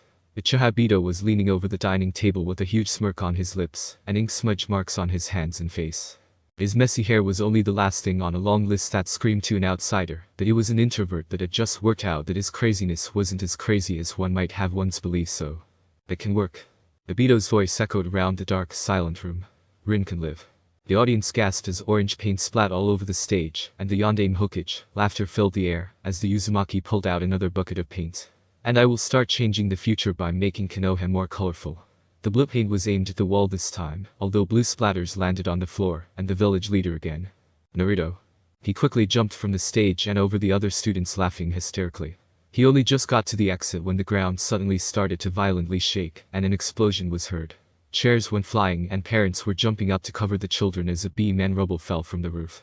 The eyes were wide once the explosion calmed down.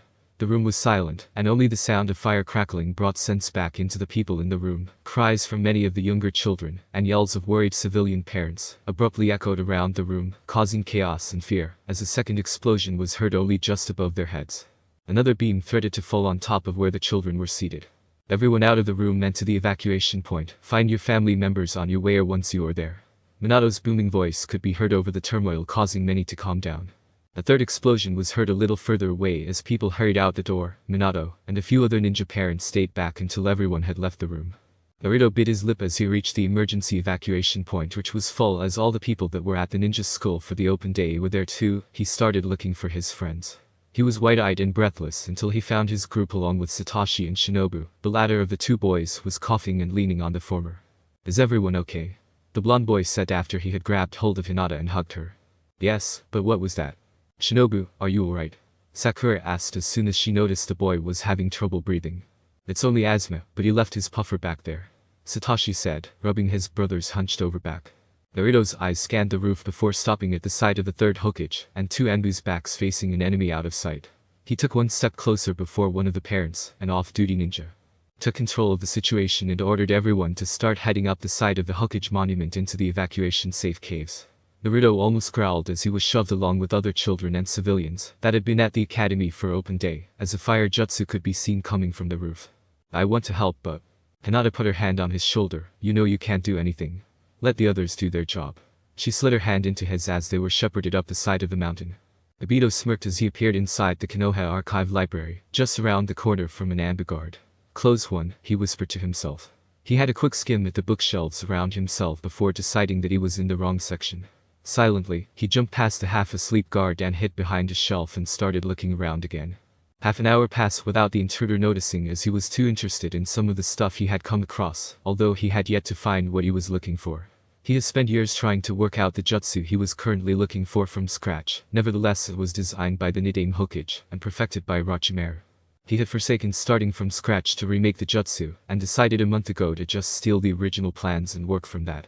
The young man grinned under his black single-hulled mask when he finally found the section full of information on the Nidaime, and many of his now forbidden jutsu ideas. Unexpectedly a handful of kunai landed just in front of his feet. Don't take one more step. The once sleeping Anbu was behind him and readying himself for a fight. How did you get in here? Obito could hear another pair of footsteps getting closer. Let's see. Obito put on the voice of Toby. I just waltzed right in here like everyone else. Now I will be leaving in just a second. Let me finish finding my book, and I will go to the service desk then leave. His hands waved around and pointed in random directions. The Anbu faltered, a drop of sweat ran down his head. This guy's an idiot, he thought. In that moment, Obito revealed 2 storage scrolls from a pocket. The smaller one fell immediately onto the ground, ignored, and the second larger one was quickly ripped open, revealing a rather large fancy seal. The Anbu jumped from his position, his hands raised defensively and kunai at the ready. He barely got a word out before Obito was running through hand signs. Seal. What do you think? Please tell me because it actually helps me fight though the horrible writer's block. I feel it jumps around a little bit cause it was written at different times throughout the year and it's a bit short and unedited, but I want to get something out to you ASAP. Alright, here's the little something I want to ask you guys. I am going on a volunteer trip to South Africa to teach children English, build farms for single mothers and others, and work on animal conservation for a couple of weeks in December, and I would like your help please. There's more information at my GoFundMe page below, just put .com and into the space. GoFundMe Meadow Africa. So if you can spare $5 or even $1, it all adds up and will allow me to make a change to my life as well as the people of South Africa's lives, and it will allow me more time on the next chapter instead of focusing on fundraising p. Thanks guys, I love your support and please keep it going. Skshirshix. PS sorry for the long AN statistics. Reviews. 189. Follows. 631. Favorites. 488. Communities. 27. Views. 52, 700. As of 11/7/2015 right before this chapter was published.